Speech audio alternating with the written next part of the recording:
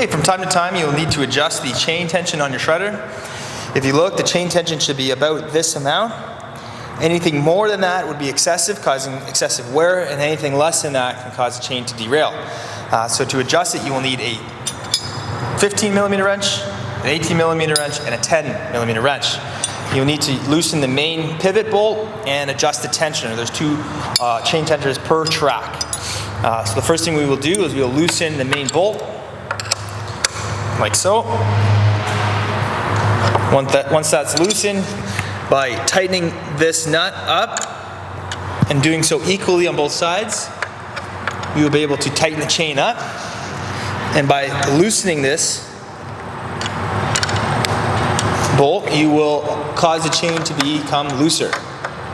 And you want to make sure that you're doing it evenly on both sides.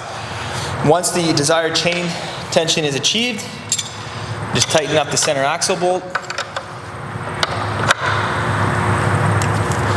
And that's it. That's how you adjust your chain tension.